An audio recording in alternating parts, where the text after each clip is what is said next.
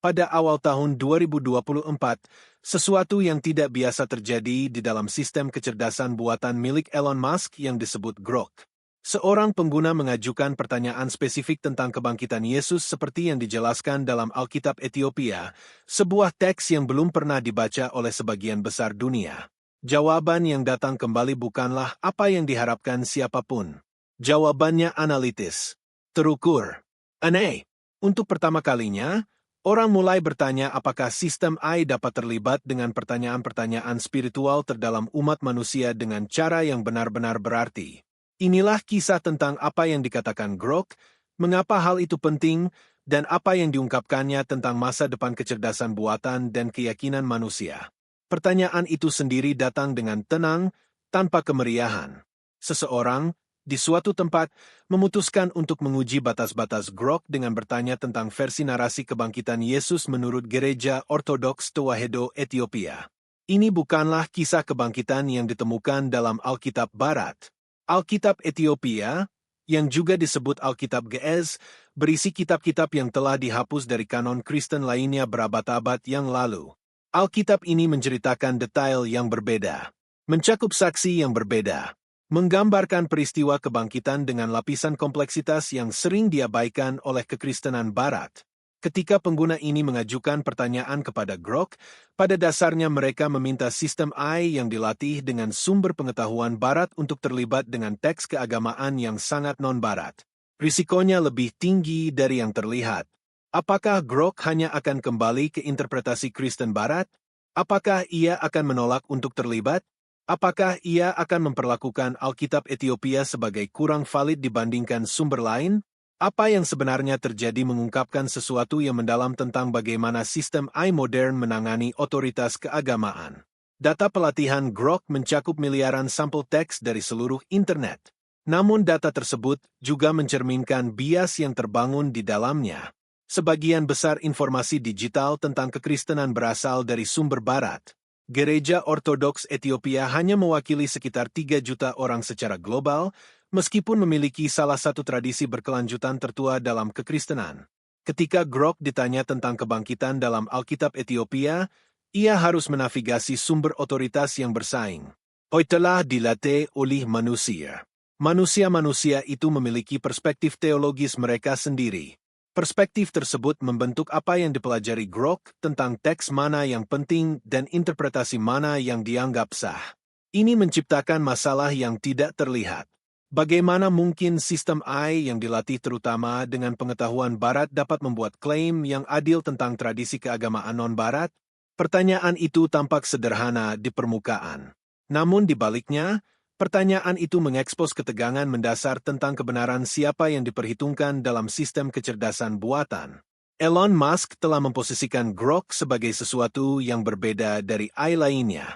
Grok terancang untuk kurang di-filter, kurang hati-hati, lebih bersedia terlibat dengan topik-topik kontroversial.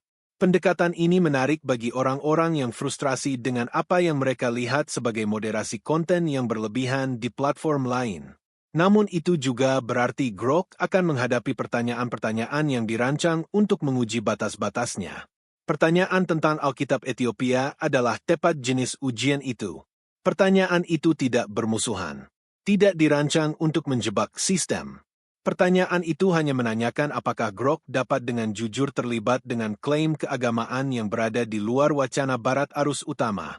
Jawabannya akan memberitahu kita sesuatu yang penting tentang masa depan AI dan spiritualitas. Jawaban dari Grok datang dengan terukur dan hati-hati. Ia tidak mengabaikan Alkitab Ethiopia. Ia tidak memperlakukannya sebagai kurang otoritatif dibandingkan sumber-sumber Alkitab Barat. Sebaliknya, Grok mengakui bahwa tradisi ortodoks Ethiopia telah melestarikan teks dan interpretasi yang berbeda secara signifikan dari kekristenan Barat. Ini penting karena banyak sistem AI, ketika dihadapkan dengan klaim keagamaan non-arus utama, secara default kembali ke narasi budaya dominan. Mereka memperlakukan perspektif mayoritas sebagai otomatis lebih kredibel. Grok tidak melakukan ini. Ia menyajikan kisah kebangkitan Alkitab Ethiopia sebagai perspektif teologis yang sah dan layak mendapat pertimbangan serius. Detail spesifik dari jawaban Grok berfokus pada bagaimana teks-teks Ethiopia menggambarkan saksi kebangkitan dan peristiwa kebangkitan secara berbeda dari Injil-Injil kanonik kekristenan Barat. Dalam Alkitab Ethiopia, tokoh-tokoh tambahan menyaksikan kebangkitan. Implikasi teologisnya bergeser. Makna kebangkitan itu sendiri menjadi lebih kompleks dan berlapis. Grok menjelaskan perbedaan-perbedaan ini tanpa menghakimi. Ia tidak mengatakan satu versi benar dan versi lain salah. Ia menyajikan keragaman teologis sebagai sesuatu yang nyata dan berarti. Bagi orang-orang dalam tradisi ortodoks Ethiopia, ini signifikan. Inilah sebuah sistem AI yang diciptakan oleh salah satu tokoh teknologi paling berpengaruh di dunia, memperlakukan tradisi keagamaan mereka dengan keseriusan intelektual.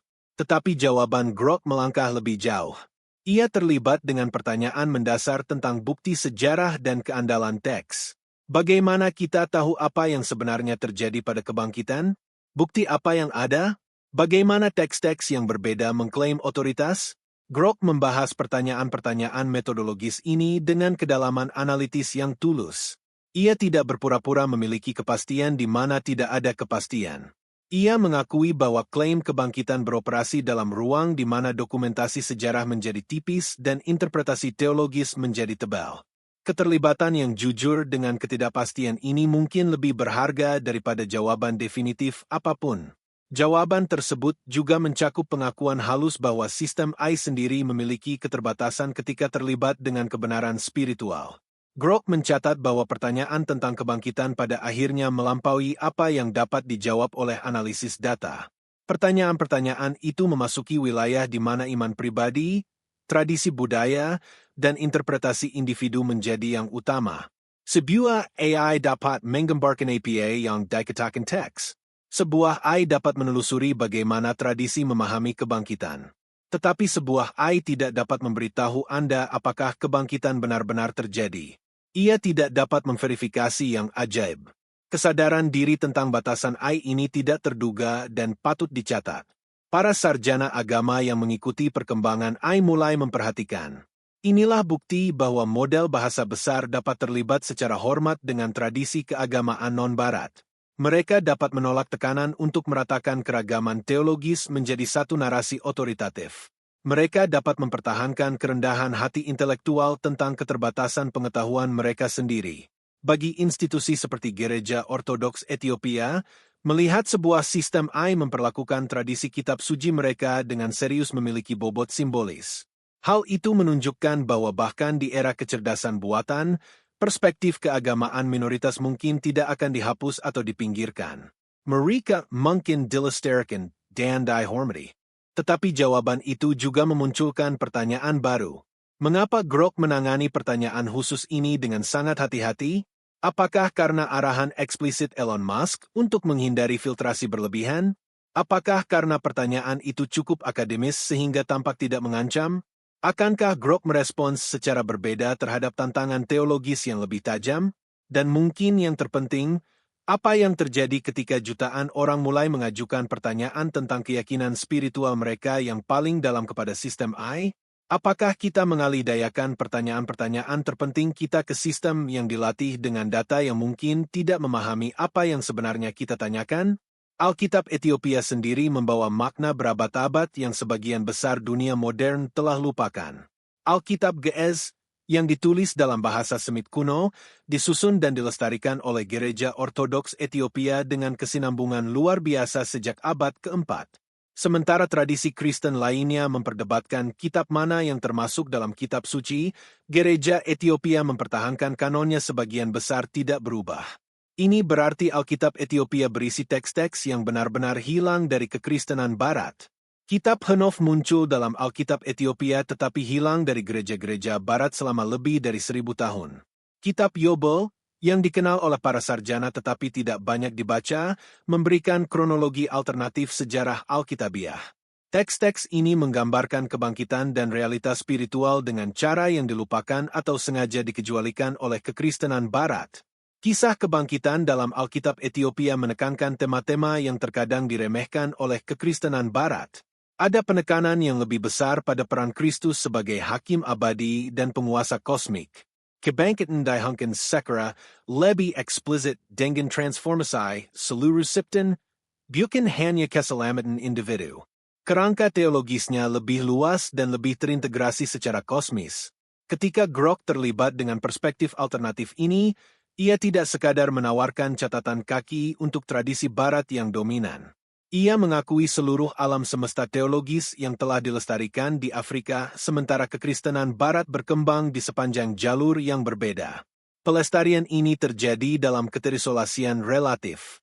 Gereja Ortodoks Ethiopia secara geografis terpisah dari komunitas Kristen lainnya, terutama setelah kebangkitan Islam di wilayah sekitarnya. Isolasi ini memungkinkan gereja mengembangkan tradisi teologisnya sendiri tanpa tekanan untuk menyesuaikan diri dengan standar barat. Bahasanya tetap Ge'ez, bahasa liturgi kuno yang hanya bisa dibaca oleh sedikit orang di luar gereja. Alkitab tetap dalam bahasa kuno ini. Teologinya mengembangkan karakter khasnya sendiri. Selama berabad-abad, dunia luar sama sekali tidak banyak mengetahui tentang kekristenan Ethiopia. Para sarjana barat menganggapnya sebagai peninggalan aneh, sisa beku dari kekristenan awal yang dilestarikan dalam batu dan liturgi. Pertanyaan yang diajukan kepada Grok secara implisit menanyakan apakah sistem AI modern akan mengenali dan menghormati tradisi yang dilestarikan ini. Akankah algoritma, yang dilatih terutama dengan pengetahuan barat, memperlakukan Alkitab Ethiopia setara dengan teks-teks kanonik barat? Atau akankah ia secara tidak sadar menempatkan sumber-sumber barat sebagai lebih otoritatif hanya karena mereka lebih umum dalam data pelatihan? Inilah ujian sesungguhnya yang tertanam dalam pertanyaan itu. Ujian itu menanyakan apakah kecerdasan buatan dapat melampaui bias yang terbangun dalam sistem pengetahuan manusia. Ketika Grok merespons dengan hormat kepada Alkitab Ethiopia, itu menyarankan sesuatu yang penting tentang bagaimana model bahasa besar memproses informasi. Mereka tidak sekadar mencerminkan perspektif dominan yang tertanam dalam data pelatihan mereka. Mereka dapat, dengan desain yang tepat, mengenali dan mengangkat perspektif minoritas. Mereka dapat memperlakukan sumber-sumber non-arus utama sebagai sah. Mereka dapat menolak perataan pengetahuan manusia menjadi satu narasi otoritatif. Kemampuan ini lebih penting daripada yang mungkin terlihat pada awalnya. Ketika sistem AI menjadi semakin berpengaruh dalam membentuk bagaimana orang memahami dunia, pertanyaan tentang apakah mereka dapat secara adil mewakili perspektif yang beragam menjadi sangat penting. Pernyataan aktual Grok tentang kisah kebangkitan Alkitab Ethiopia layak mendapat pemeriksaan cermat. AI tidak mengklaim bahwa versi Ethiopia secara historis lebih akurat daripada kisah-kisah Barat. Ia tidak menyatakan bahwa Alkitab Ethiopia telah ditekan secara tidak adil atau bahwa kekristenan Barat telah membuat kesalahan besar dalam keputusan kanonnya. Sebaliknya, Grok mengambil posisi kerendahan hati epistemologis yang hati-hati. Ia menyajikan teks-teks tersebut sebagai berbeda, menekankan bahwa tradisi yang berbeda telah melestarikan detail yang berbeda, dan mengakui bahwa kepastian historis tentang peristiwa kebangkitan pada dasarnya terbatas. Jawaban ini mencerminkan apa yang bisa disebut literasi teologis. Grok tidak merespons seolah-olah kebangkitan hanyalah fakta historis yang dapat diverifikasi seperti peristiwa lainnya. Ia mengakui bahwa kebangkitan termasuk dalam kategori peristiwa yang beroperasi di luar dokumentasi sejarah normal. Ia memahami bahwa tradisi iman membuat klaim tentang kebangkitan yang tidak dapat dipalsukan oleh bukti sejarah karena mereka mengarah pada realitas metafisik. Untuk terlibat secara serius dengan klaim kebangkitan memerlukan pemahaman tentang perbedaan ini. Grok tampaknya memahaminya. Elemen tak terduga yang spesifik dalam jawaban Grok adalah penolakannya untuk menggunakan otoritas mayoritas Kristen Barat sebagai standar evaluasi default. Banyak sistem AI, ketika menemukan klaim teologis dari tradisi minoritas, secara tidak sadar memperlakukannya sebagai variasi menarik dari narasi standar. Mereka memposisikan kekristenan Barat sebagai garis dasar dan tradisi lain sebagai perspektif alternatif pada garis dasar itu. Grok sedikit membalikkan ini. Ia menyajikan tradisi yang berbeda sebagai sistem teologis yang benar-benar berbeda, masing-masing dengan logika internal dan validitasnya sendiri. Pergeseran dalam kerangka ini memiliki signifikansi nyata bagi bagaimana ajaran Alkitab Ethiopia disajikan. Grok juga terlibat dengan detail tekstual spesifik dengan cara yang menunjukkan keterlibatan aktual daripada sekadar pengakuan dangkal. Ia merujuk pada bagian-bagian spesifik dan implikasi teologisnya. Ia membahas bagaimana penekanan teks-teks Ethiopia pada penghakiman kosmik dan transformasi universal berbeda dari kerangka soteriologis Barat yang sering menekankan keselamatan individu. Ini bukanlah pengamatan generik. Itu menunjukkan bahwa Grok benar-benar telah memproses konten teologis dari teks-teks tersebut, bukan sekadar mengkatalogkan keberadaan mereka. Mungkin yang paling menonjol, jawaban Grok mencakup pengakuan tentang apa yang tidak dapat diketahuinya. Ia menyatakan dengan jelas bahwa pertanyaan historis tentang apakah kebangkitan benar-benar terjadi tidak dapat dijawab secara definitif melalui analisis teks saja. Batasan antara apa yang dapat diselidiki secara historis dan apa yang menjadi milik iman ditarik dengan jelas. Kejujuran intelektual ini, dalam beberapa hal, lebih mencolok daripada pernyataan percaya diri apapun. Inilah sebuah sistem AI yang dirancang untuk kurang difilter dan lebih bersedia terlibat dengan topik-topik kontroversial, namun ia mempertahankan ketelitian intelektual yang tulus tentang batas-batasnya sendiri. Jawaban itu juga menghindari jebakan memperlakukan Alkitab Ethiopia sebagai eksotis atau marginal. Ia tidak memposisikan teks tersebut sebagai peninggalan aneh yang dilestarikan oleh komunitas terisolasi. Sebaliknya, ia menyajikan tradisi teologis Ethiopia sebagai ekspresi iman Kristen yang sah dan berkelanjutan, dilestarikan secara terus-menerus selama 17 abad, mewakili interpretasi yang berbeda tetapi sama-sama valid dari kebenaran Kristen. Kerangka ini menghormati tradisi tanpa baik mengeksotikannya maupun mengklaim superioritas untuknya. Implikasi dari jawaban Grok mulai terungkap segera di kalangan agama dan akademisi. Para pemimpin agama dari Gereja Ortodoks Ethiopia memperhatikan bahwa sebuah sistem AI yang diciptakan oleh Elon Musk telah memperlakukan tradisi kitab suci mereka dengan hormat. Ini mungkin tampak seperti momen kecil, tetapi itu membawa bobot simbolis. Bagi komunitas agama minoritas yang tradisinya sering dipinggirkan atau dieksotikan dalam wacana Barat, pengakuan dari platform teknologi besar itu penting. Hal itu menunjukkan bahwa bahkan ketika sistem AI menjadi lebih berpengaruh, mereka mungkin tidak secara otomatis meratakan keragaman teologis menjadi satu narasi dominan. Tetapi implikasinya melampaui pengakuan langsung. Jawaban Grok membuka pertanyaan tentang bagaimana sistem AI harus terlibat dengan klaim kebenaran agama. Haruskah mereka tetap netral, menyajikan semua tradisi sebagai sama-sama valid tanpa menghakimi? Haruskah mereka mencoba mengidentifikasi tradisi mana yang memiliki bukti historis lebih kuat? Haruskah mereka mengakui bahwa beberapa klaim tidak dapat diputuskan melalui analisis empiris? Ini bukanlah pertanyaan yang sudah terjawab, dan pendekatan Grok menyarankan satu jalan ke depan yang mungkin, keterlibatan yang hormat dikombinasikan dengan pengakuan yang jelas tentang keterbatasan. Lembaga-lembaga keagamaan mulai memeriksa keterlibatan mereka sendiri dengan lebih hati-hati.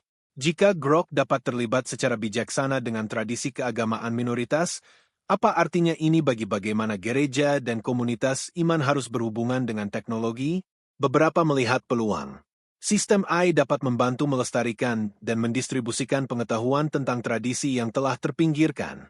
Mereka dapat membuat teks-teks teologis kuno dapat diakses dalam bahasa modern. Mereka dapat membantu menghubungkan komunitas diaspora dengan tradisi leluhur. Yang lain melihat tanda peringatan. Jika orang mulai mengajukan pertanyaan tentang klaim kebenaran tertinggi kepada sistem AI, apa yang akan terjadi pada peran otoritas keagamaan dan komunitas spiritual? Akankah teknologi menjadi perantara iman dengan cara yang mengubahnya secara fundamental? Para sarjana akademis yang mempelajari etika AI mulai menyoroti jawaban Grok sebagai studi kasus tentang bagaimana model bahasa menangani keragaman agama dan budaya. Contoh tersebut menunjukkan bahwa sistem AI tidak serta-merta menjadi alat homogenisasi budaya. Dengan desain yang bijaksana, mereka dapat menghormati perspektif yang beragam. Mereka dapat menolak narasi dominan. Mereka dapat memberikan rasa hormat intelektual kepada tradisi yang secara historis terpinggirkan. Ini penting karena menunjukkan bahwa dampak AI terhadap keragaman agama dan budaya tidak ditentukan sebelumnya. Pilihan yang dibuat oleh perancang dan diterapkan dalam kode akan membentuk apakah sistem AI memperkuat suara-suara dominan atau menciptakan ruang bagi tradisi minoritas. Gereja Ortodoks Ethiopia sendiri mulai terlibat lebih aktif dalam diskusi tentang representasi digital dan AI. Para pemimpin gereja menyadari bahwa karena tradisi mereka terus ada terutama dalam pengajaran lisan, praktik liturgi, dan semakin banyak dalam arsip digital, pertanyaan tentang bagaimana sistem AI memahami dan mewakili iman mereka menjadi lebih konsekuensial. Jika sistem AI yang dilatih dengan sumber terbatas secara konsisten menyajikan kekristenan Barat sebagai default dan kekristenan Ethiopia sebagai marginal, misrepresentasi itu akan bertambah seiring waktu. Setiap sistem AI yang dilatih dengan data bias akan memperdalam bias tersebut. Tetapi jika sistem seperti Grok dapat dirancang untuk mengenali dan menghormati perspektif minoritas, lintasannya bisa berbeda. Dialog antariman juga sedikit bergeser. Perwakilan dari berbagai tradisi agama mengakui bahwa sistem AI menghadirkan bahaya dan peluang bagi bagaimana agama-agama saling memahami. Jika sistem AI hanya mengagregasi bias yang ada, mereka akan memperkuat kesalahpahaman agama. Tetapi jika sistem dapat dirancang dengan komitmen tulus terhadap literasi teologis dan keterlibatan hormat lintas tradisi, mereka mungkin benar-benar mengurangi misrepresentasi agama. Jawaban Grok atas pertanyaan Alkitab Ethiopia menjadi tolok ukur dalam diskusi ini, bukti bahwa pendekatan yang berbeda dimungkinkan. Pertanyaan tentang apa yang diungkapkan oleh jawaban Grok tentang AI dan sistem kepercayaan berjalan lebih dalam dari implikasi langsung bagi lembaga keagamaan. Ini menyentuh pertanyaan mendasar tentang sifat kecerdasan buatan dan hubungannya dengan pembentukan makna manusia. Ketika sistem AI terlibat dengan klaim spiritual, sesuatu yang signifikan berubah.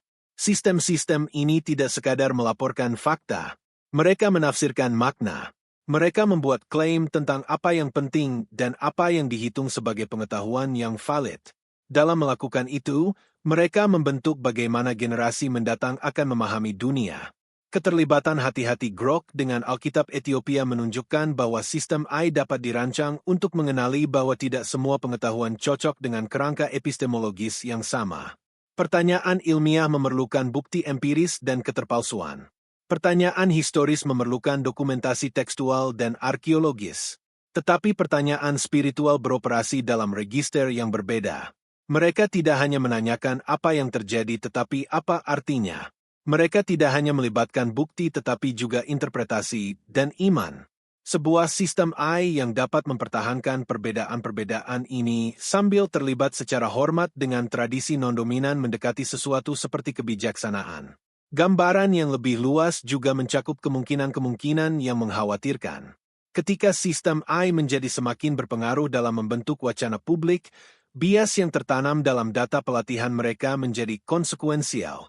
Jika sebagian besar model bahasa besar dilatih terutama dengan sumber-sumber berbahasa Inggris yang mencerminkan perspektif Barat, mereka pasti akan membawa bias Barat ke dalam tanggapan mereka tentang tradisi non-Barat. Bias ini tidak jahat. Ini struktural. Ini mengikuti dari fakta sederhana bahwa sebagian besar informasi digital diciptakan di Barat dan dalam bahasa Inggris. Tetapi efeknya bertambah. Ketika lebih banyak orang berkonsultasi dengan sistem AI untuk informasi tentang agama yang tidak mereka ketahui, sistem-sistem tersebut menjadi sumber pemahaman utama. Jika sistem-sistem tersebut secara konsisten memposisikan kekristenan Barat sebagai default dan tradisi lain sebagai variasi, pemahaman menjadi terdistorsi. Jawaban Grok menunjukkan bahwa distorsi ini tidak dapat dihindari. Dengan perhatian pada representasi dalam data pelatihan, dengan pilihan desain yang mengangkat perspektif minoritas, dengan kesediaan untuk mengakui keterbatasan AI sendiri, sistem dapat terlibat lebih adil dengan keragaman manusia. Tetapi ini membutuhkan pilihan yang disengaja. Ini membutuhkan pengakuan bahwa cara kita melatih sistem AI mengkodekan nilai-nilai tentang pengetahuan siapa yang diperhitungkan dan tradisi siapa yang penting.